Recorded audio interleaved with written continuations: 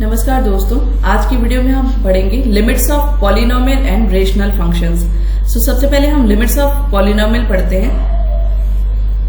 सबसे पहले जानेंगे पॉलिनोमियल होता क्या है। A function f is said to be a polynomial function of degree n such that f of x is equals to a0 plus a1x plus a2x square plus dot dot dot plus an x to the power n where AIS मतलब ये सभी coefficients A0, A1, A2, AN ये सारे coefficient जो है वो क्या है, रियल नंबर्स हैं, such that AN is not equal to 0। ये वाला टर्म x के nth पावर का जो कोफिशिएंट है वो 0 नहीं होना चाहिए, अदरवाइज ये n डिग्री का पॉलिनोमियल नहीं रह जाएगा। AN is not equal to 0 for some natural number n, जहां पर n क्या है, नेचुरल नंबर है। नाउ हमें इस पॉलिनोमियल फंक्शन का f of x is equal to a0 plus a1x इन सारे टर्म्स के साथ इस पॉलिनोमियल फंक्शन का अगर लिमिट निकालना हो तो कैसे निकालेंगे। Now we know that limit of x such that x tendings to a gives a।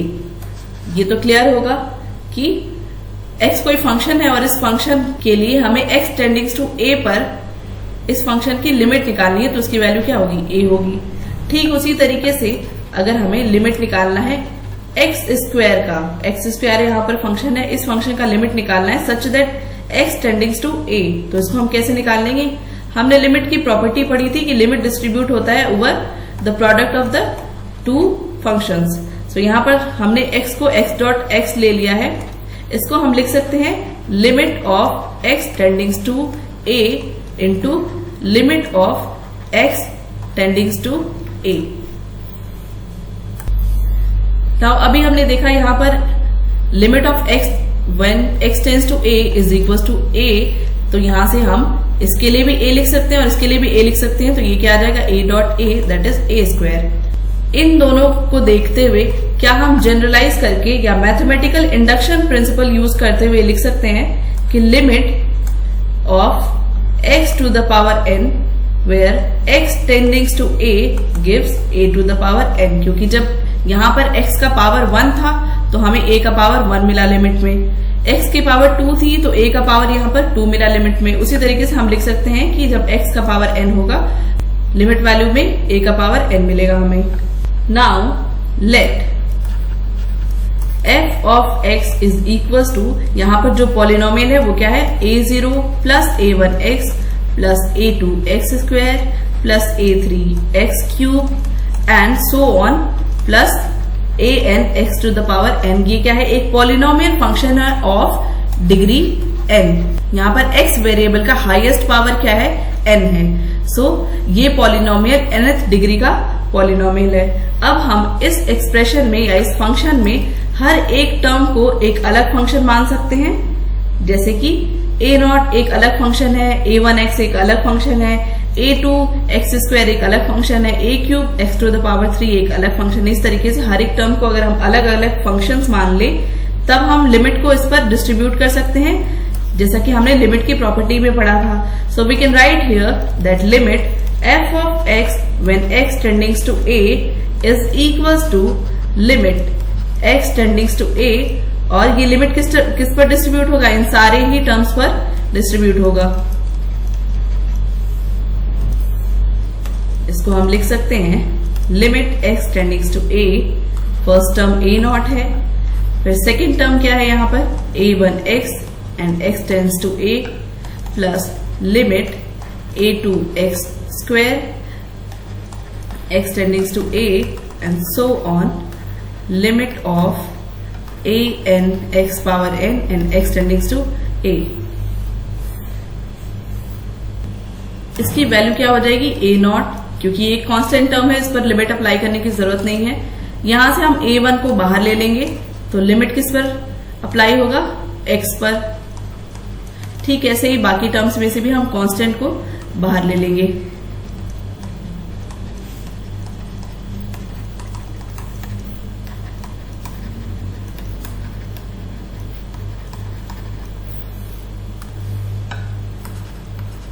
a0 plus a1 limit of x as x tends to a gives a. a2 यहां पर इसकी वैल्यू हमने देखा था क्या आया था a square plus so on a n and a to the power n, ये वैल्यू आ जाएगी.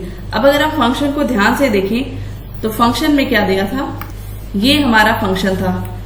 अगर इस फंक्शन में हम डायरेक्ट a की वैल्यू रखेंगे तो क्या आएगा, f of a is equals to a0 plus a1 a plus a2 a square plus a3 a cube and so on plus an a to the power n.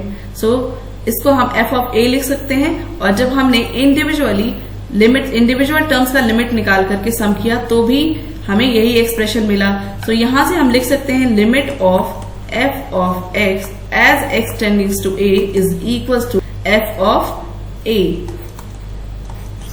मतलब किसी भी polynomial के लिए अगर हमें लिमिट निकालना हो किसी एक वैल्यू पर जिस पर x टेंड कर रहा है या अप्रोच कर रहा है, सो उस केस में उस फंक्शन की limit at that point where x is approaching will be equal to the value of the function at that point. कुछ एग्जाम्पल्स देख लेते हैं हम इससे रिलेटेड, तो हमारा कंसेप्ट और भी क्लियर हो जाएगा. सपोज एक फंक्शन दिया हुआ है लिमिट x टेंडिंग्स टू 1. यहां पर फंक्शन क्या है, x of cube minus x square plus 1. इस फंक्शन का हमें लिमिट निकालना है व्हेन x अप्रोचेस 1. हमने देखा कि जब भी हम किसी पॉलिनोमियल फंक्शन के लिए लिमिट निकालेंगे किसी एक पॉइंट पर, तो उसकी वैल्यू क्या हो जाएगी, उस पॉइंट पर, उस प्रिस्क्राइब पॉइंट पर फंक्शन की जो वैल्यू होगी उसके इक्वल हो जाएगी. तो यहां पर हमने देखा कि ये पॉलिनोमियल है. सो इसके केस में हम क्या करेंगे, डायरेक्ट x की वैल्यूज उठा करके यहां पर रख देंगे, वही इस लिमिट की वैल्यू हो जाएगी. सो अभी जो हमने पढ़ा उसके एप्लीकेशन को यहां पर यूज करते हुए हम लिख सकते हैं limit of the function f of x when x tending to 1 is equals to f of 1. और यहां पर f of x क्या है, x cube minus x square plus 1. So f of 1 क्या है, 1 cube minus 1 square plus 1, that is 1 minus 1 plus 1, which will be equals to 1. So इस limit की value आ जाएगी 1. नेक्स्ट एग्जाम्पल है लिमिट ऑफ दिस फंक्शन, और function क्या है 1 plus x square plus dot dot dot plus x to the power 10. इसकी value हमें फाइंड आउट करनी है इस लिमिट की when x approaches minus of 1. सो हम क्या करेंगे, क्योंकि एक पॉलिनोमियल फंक्शन है, सीधे से x की वैल्यू यहाँ पर x जिस पॉइंट को अप्रोच कर रहा है उस प्रिस्क्राइब पॉइंट की वैल्यू उठा करके हम इसमें रख देंगे, और जो फंक्शन की वैल्यू हमें मिलेगी वही इस पॉइंट का लिमिट बताएगा. So f of minus 1 is equal to 1, x की जगह पे हम माइनस 1 रखेंगे, प्लस माइनस 1 का स्क्वायर प्लस 1 हो जाएगा. ठीक उसी तरीके से x क्यूब के लिए माइनस 1 हो जाएगा, x टू द पावर 4 के लिए प्लस 1 हो जाएगा, x टू द पावर 5 के लिए यहाँ पर माइनस 1 हो जाएगा, x टू द पावर 6 के लिए यहां पर प्लस 1 हो जाएगा.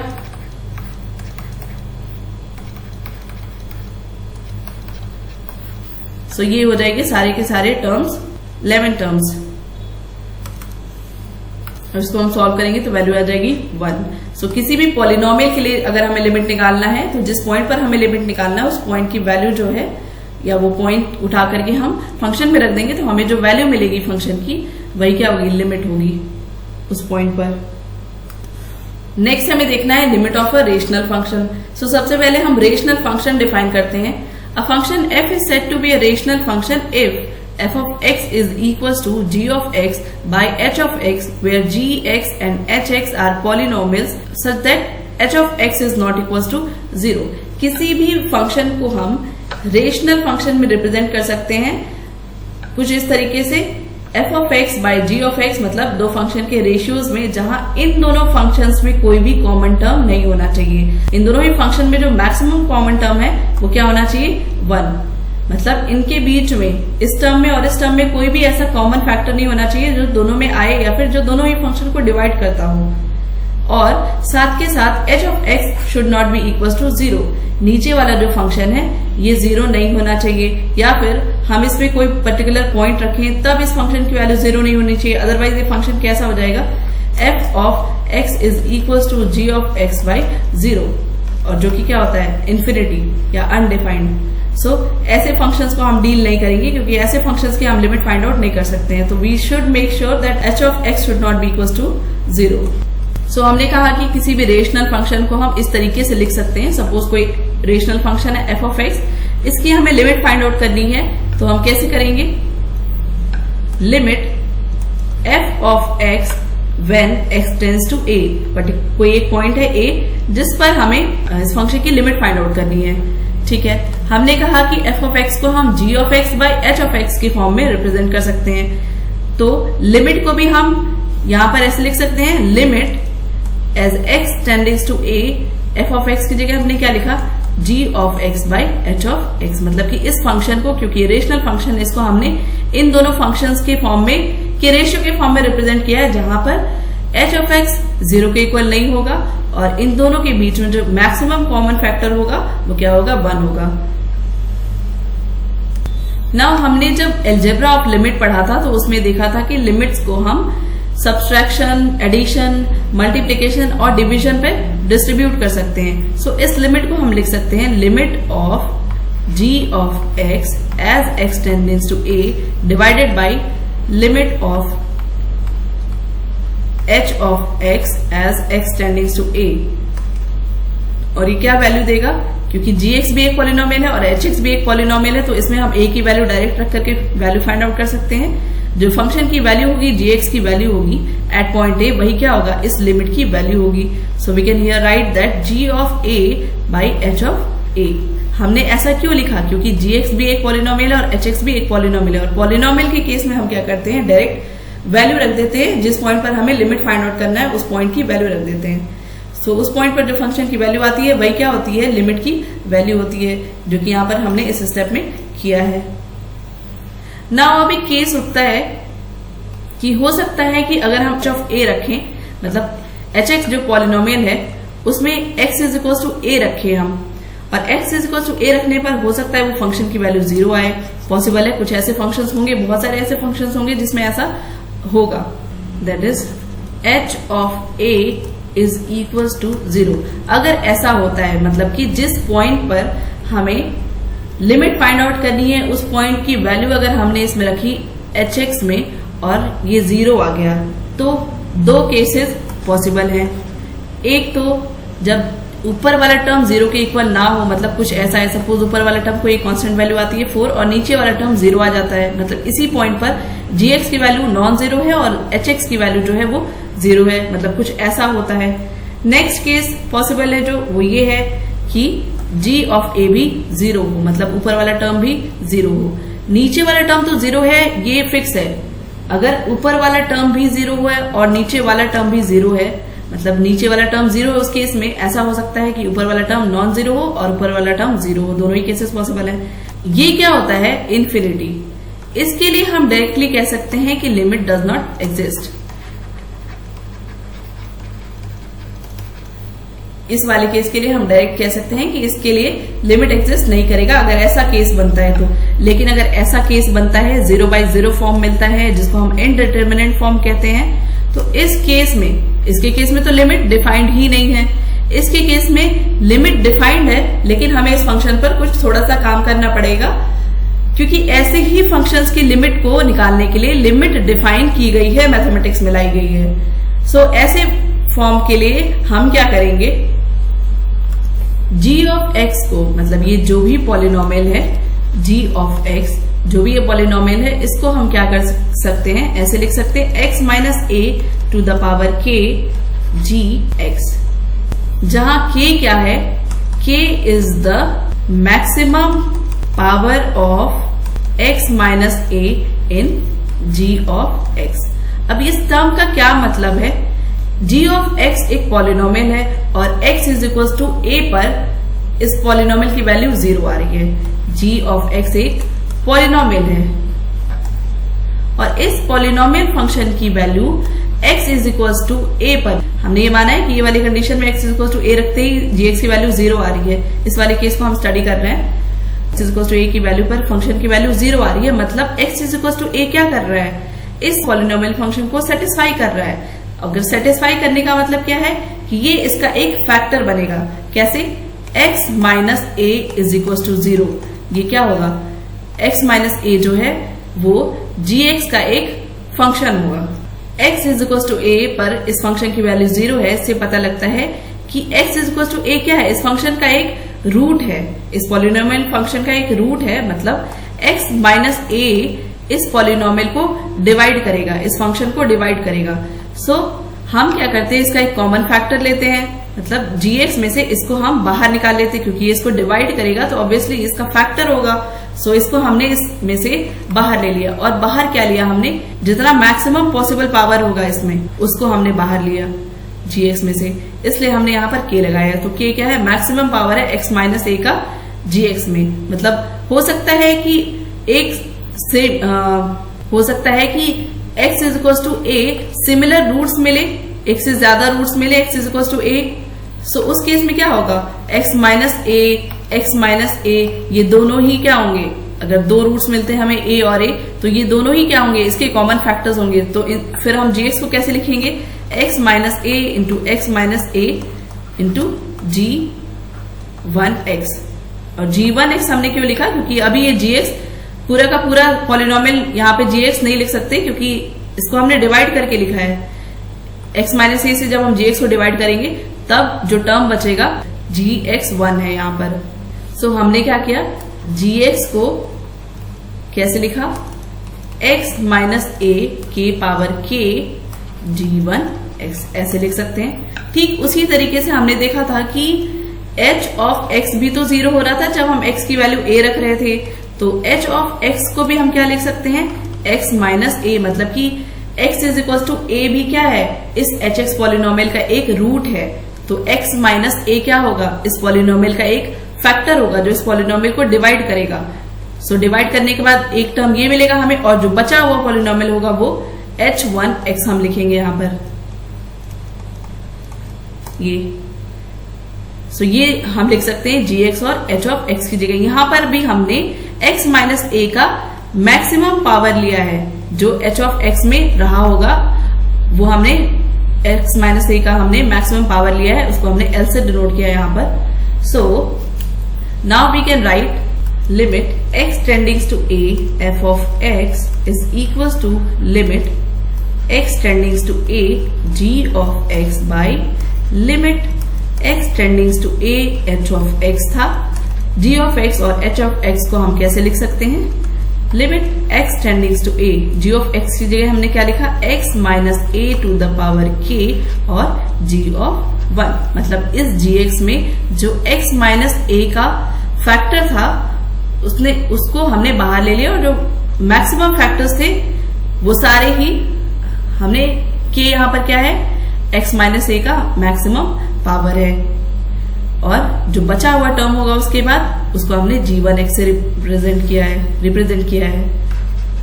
Similarly x tendings to a, x minus a to the power l h1 of x। Now अगर k l से बड़ा होगा तब तो ये चीज एग्जिस्ट करेगी। यहाँ पर k अगर l से बड़ा होगा, सपोज ये जो भी वैल्यू आती है यहाँ पर k l से बड़ा होगा, तो x is equal to a रखने पर नीचे वाला टर्म 0 नहीं होगा और ऊपर वाला टर्म 0 हो जाएगा। जब हम इसको x is equal to a रखेंगे तो a minus a to the power k by a minus a to the power l, right. यहां पर ये सेम है और पावर क्या होंगे, पावर की वजह से ये टर्म कैंसिल आउट होंगे। अगर k बड़ा होगा l से तो ऊपर कुछ टर्म बच सकता है लेकिन नीचे कोई टर्म नहीं बचेगा। तो उस केस में जब हम x is equal to a रखेंगे तो ऊपर वाला टर्म 0 होगा और नीचे वाला टर्म जो है वो नॉन 0 बचेगा। तो इस केस में ये इन्फिनिटी नहीं आएगा और इसकी लिमिट डिफाइंड होगी। लेकिन अगर k लेस देन l आ जाता है, अगर k की वैल्यू लेस देन l आती है, ये एक्सप्रेशन बनाने के बाद k की वैल्यू लेस देन l आती है, उस केस में नीचे यहाँ पर जब ये कैंसिल आउट होंगे टर्म्स, सिमिलर टर्म्स है ये कैंसिल आउट होंगे ऊपर नीचे, तो नीचे कोई ना कोई टर्म बच जाएगा। इस टर्म का कोई ना कोई पावर नीचे बच जाएगा। अब इसमें जब हम x की वैल्यू a रखेंगे तो a minus a to the power l, ये पूरा का पूरा टर्म क्या होगा, 0 बन जाएगा। सो नीचे 0 होगा और ऊपर नॉन 0 होगा, तो उस केस में ये क्या आ जाएगा, इन्फिनिटी आ जाएगा। तब हम लिमिट को डिफाइन नहीं कर पाएंगे। सो ये कब वैलिड है, हमने कहा जब k is greater than l। जब k is less than l होगा तो फिर फॉर्म क्या बनेगा, 0/0। तब फॉर्म क्या बनेगा, यहां पर ऊपर हो सकता है कोई नंबर हो और नीचे आएगा 0, राइट। ऊपर हो सकता है कोई नंबर आएगा, कोई वैल्यू आएगी और नीचे आएगा 0, तो ये क्या हो जाएगा, इन्फिनिटी हो जाएगा। तो इस केस में हम लिमिट डिफाइन नहीं कर पाएंगे। सो जब k लेस देन l होगा तब के लिए ये एक्सप्रेशन नहीं है, तब हम लिमिट नहीं डिफाइन कर पाएंगे। ये एक्सप्रेशन हमने तोड़ करके ये बनाया कब है, किसके लिए बनाया है, for k is greater than l के लिए। तो जब k l से ग्रेटर होगा तब ये लिमिट हम इस फंक्शन की निकाल पाएंगे। इसको हम क्या लिख सकते हैं, limit x tendings to a, x minus a, इस टर्म को भी हम ऊपर लेके गए, इस वाले टर्म को। सो यहां पर हम लिख सकते हैं k minus l g1 of x by limit x tendings to a h1 of x। अब इसमें हम अगर x की जगह पे a की वैल्यू पुट करें, क्योंकि अब ये पॉलिनोमियल है, ये भी एक पॉलिनोमियल है जिसमें हम वैल्यू सब्स्टिट्यूट कर सकते हैं सिंपली। सो जब हम यहां पर वैल्यू पुट करेंगे तो x माइनस ए यानी कि a minus a to the power k minus l, और ये क्या होगा, 0 आ जाएगा। सो ये पूरा टर्म ऊपर वाला 0 होगा और नीचे कोई नॉन 0 वैल्यू हो सकती है h1 ऑफ a। सो ये क्या आ जाएगा, 0। तो 0 एक रियल नंबर है, एक डिफाइंड नंबर है। 0 एक रियल नंबर है और जो कि किसी भी फंक्शन का लिमिट हो सकता है। सो इस केस में हमने देखा कि जब k की वैल्यू क्या होगी, ग्रेटर देन l होगी, तभी लिमिट एग्जिस्ट करेगा। जब k की वैल्यू लेस देन l होगी तो लिमिट एग्जिस्ट नहीं करेगा। इसको और बेटर समझने के लिए, इस चीज को बेटर समझने के लिए हम एक एग्जाम्पल लेंगे, उसके थ्रू समझेंगे।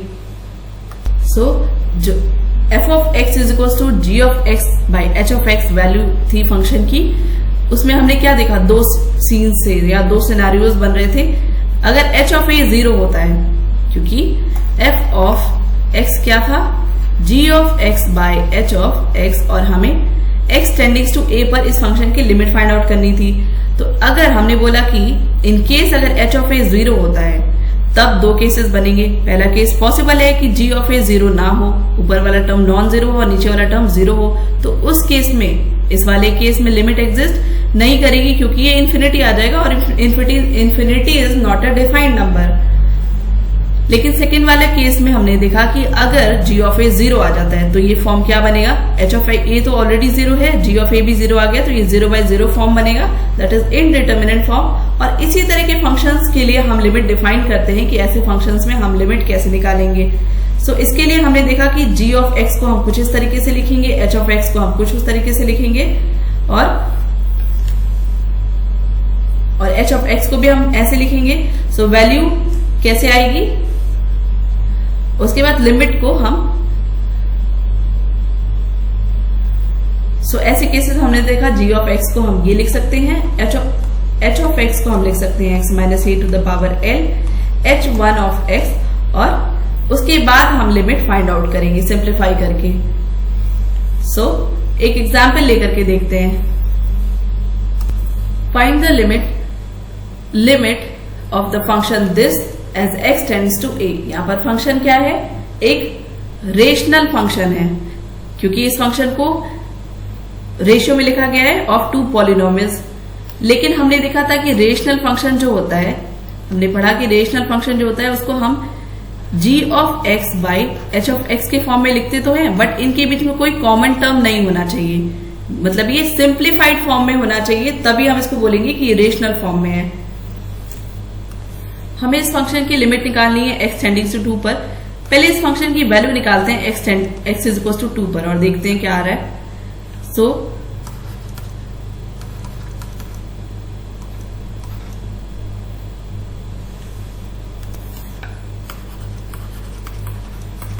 ये आ गया 0/0 फॉर्म में, जो कि इनडिटरमिनेट फॉर्म है। हम क्या करेंगे, इसको पहले सिंपलेस्ट फॉर्म में लिखेंगे। इसको सिंपलेस्ट फॉर्म में कैसे लिख सकते हैं, लिमिट x टेंडिंग टू 2, और इसको हम लिख सकते हैं, यहां से हमने अगर x कॉमन लिया तो अंदर बचेगा x square minus 4x plus 4 by x square minus 4। इसको हम और भी सिंप्लीफाई कर सकते हैं,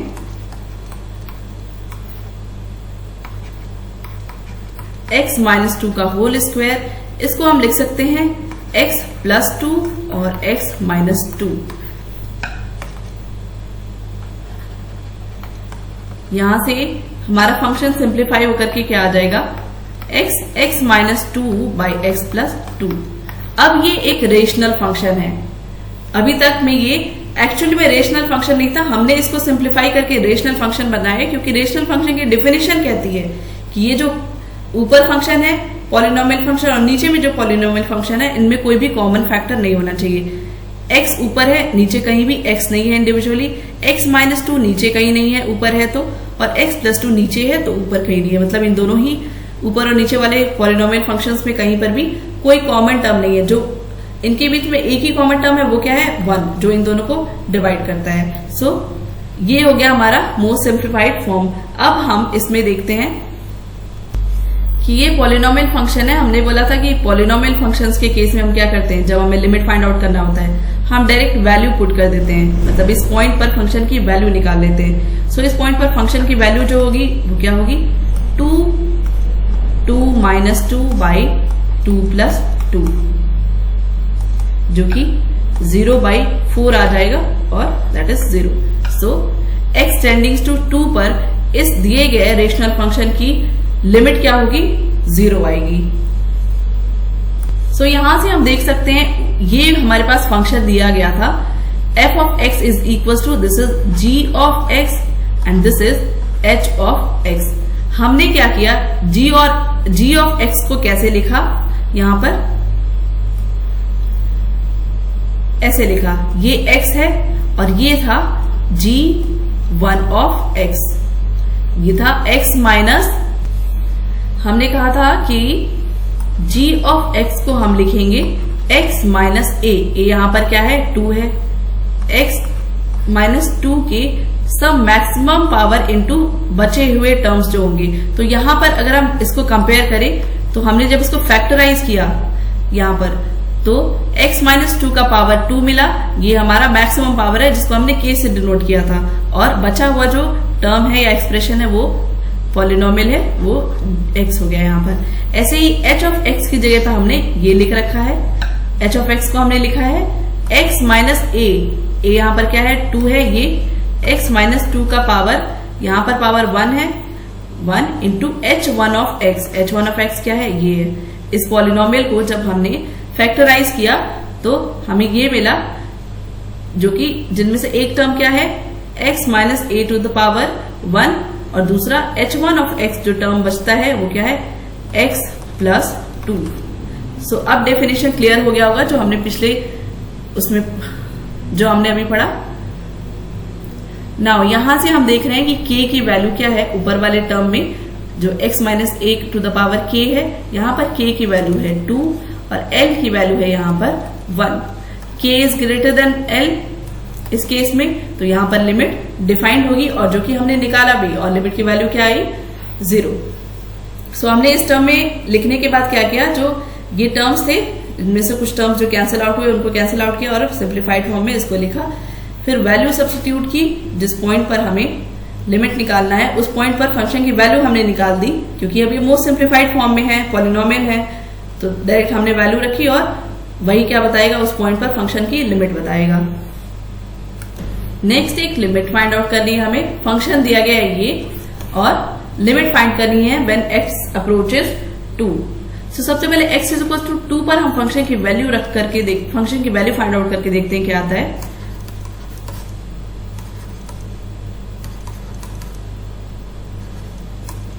सो ये आ गया 0/0 जो कि एक इनडिटर्मिनेट फॉर्म है, और इस तरह के फॉर्म्स के लिए हम क्या करते हैं, जो अभी हमने पिछले क्वेश्चन में किया वही चीज हम यहां पर भी करेंगे। सो सबसे पहले हम अपने एक्सप्रेशन को सिंप्लीफाइड फॉर्म में लेकर के आते हैं और उसको रेशनल बनाते हैं। So x square minus 4 by x cube minus 4x square plus 4x को क्या लिख सकते हैं हम? x minus 2 and x plus 2 लिख सकते हैं ऊपर वाले टर्म को, और नीचे वाले टर्म में से अगर हम x कॉमन लेंगे तो ये बनेगा x माइनस 2 का स्क्वायर, जो कि सिंप्लीफाई होकर के आ जाएगा x plus 2 by x minus 2। Now अब ये मोस्ट सिंप्लीफाइड फॉर्म है, पॉलिनोमियल है, इसमें हम डायरेक्ट 2 की x इज इक्वल टू 2 रखेंगे वैल्यू। सो उस केस में जो फंक्शन की वैल्यू आएगी वही उस पॉइंट पर लिमिट होगी। सो रख के देखते हैं वैल्यू क्या आती है। जब हम x इज इक्वल टू 2 रखेंगे तो 2 प्लस 2 बाई 2 इंटू 2 माइनस 2। सो हमने देखा कि ये क्या गया 4/0, और ये क्या होगा इन्फिनिटी, मतलब कि इस केस में लिमिट जो है वो डिफाइंड नहीं है।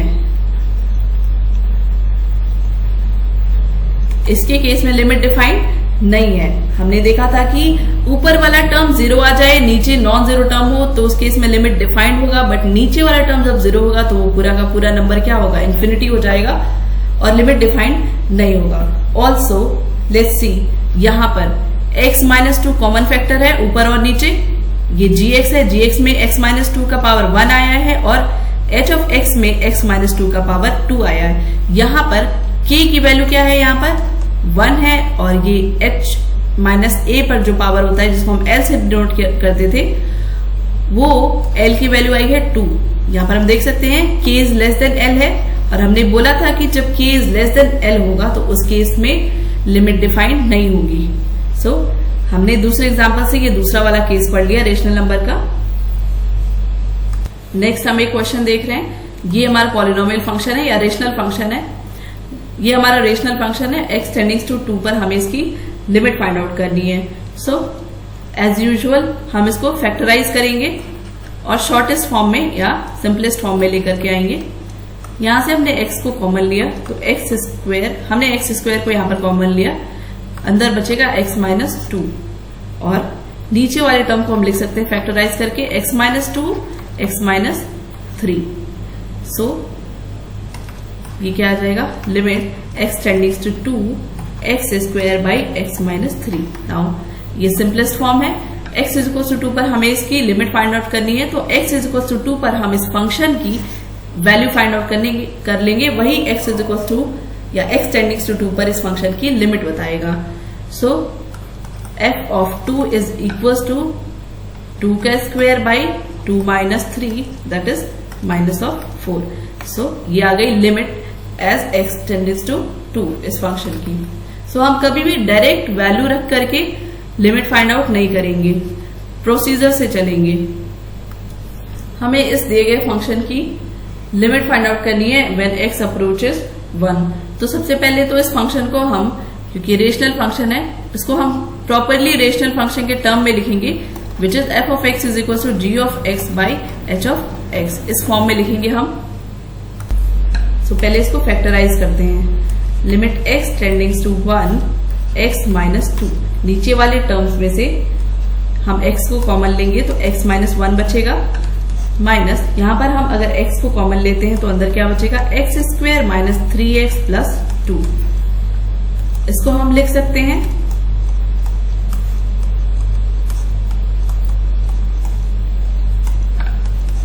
x, इस वाले टर्म को हम फैक्टराइज करके लिख सकते हैं x माइनस 1 x माइनस 2। सो एलसीएम लेकर के हम इसको सॉल्व करेंगे। हमने एलसीएम में लिया x minus 1 and x minus 2।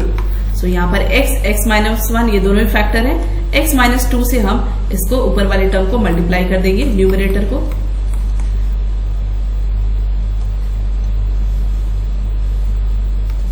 So we can write it as limit x tendings to 1। इसको हम सिंप्लीफाई करेंगे, ब्रैकेट्स ओपन करेंगे। So x square minus 4x plus 3 by x minus 1 x minus 2 ये मिलेगा हमें। नाउ अब ये p बाई q या फिर नाउ अब ये gx by h of x के फॉर्म में है, जहां की gx और h of x में कोई भी कॉमन फैक्टर नहीं है। इसको हम कह सकते हैं कि अब ये रेशनल फॉर्म में है। अब यहाँ पर हम x इज इक्वल टू 1 या x टेंडिंग टू 1 पर हमें फंक्शन की लिमिट फाइंड आउट करनी है। तो x इज इक्वल टू 1 पर हम फंक्शन की वैल्यू फाइंड आउट करके देखते हैं पहले कि क्या आ रहा है वैल्यू। तो जब हम x की वैल्यू 1 रखेंगे तो यहाँ पर 1 minus 4 plus 3 by 1 into 0 into 1 minus 2, ये आ जाएगा 0 बाई 0 फॉर्म में। ठीक है, नाउ ये g of x by H x के फॉर्म में तो था, बट ये मोस्ट सिंप्लीफाइड फॉर्म नहीं था। ये एक रेशनल फंक्शन नहीं बना था अभी, क्योंकि इसमें कुछ न कुछ कॉमन फैक्टर्स हैं जिसकी वजह से इसमें 0 बाई 0 फॉर्म आ रहा है। उसी कॉमन फैक्टर को हमें हटाना होगा। डिनोमिनेटर में कोई कॉमन फैक्टर है जिसकी वजह से 0 बाई 0 फॉर्म आ रहा है, उस कॉमन फैक्टर को हमें कैंसिल आउट करना होगा by factorising this numerator term या न्यूमरेटर फंक्शन। सो इसको पहले फैक्टराइज करके देखते हैं क्या आ रहा है।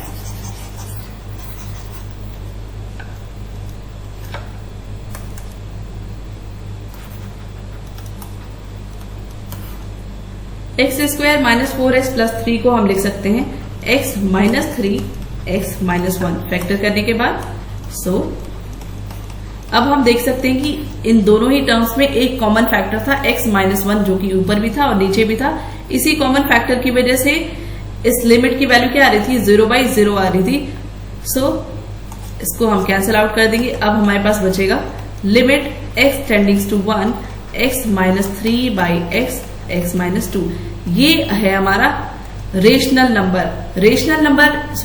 फंक्शन। रेशनल फंक्शन में क्या होता है, ऊपर वाले टर्म यानी कि न्यूमरेटर में जो टर्म है और डिनोमिनेटर में जो टर्म है, उन दोनों में कोई भी कॉमन फैक्टर नहीं होना चाहिए। तो अभी ये हम इसको नहीं कह सकते थे कि रेशनल फंक्शन है, ये it was just polynomial. Rational function ये है।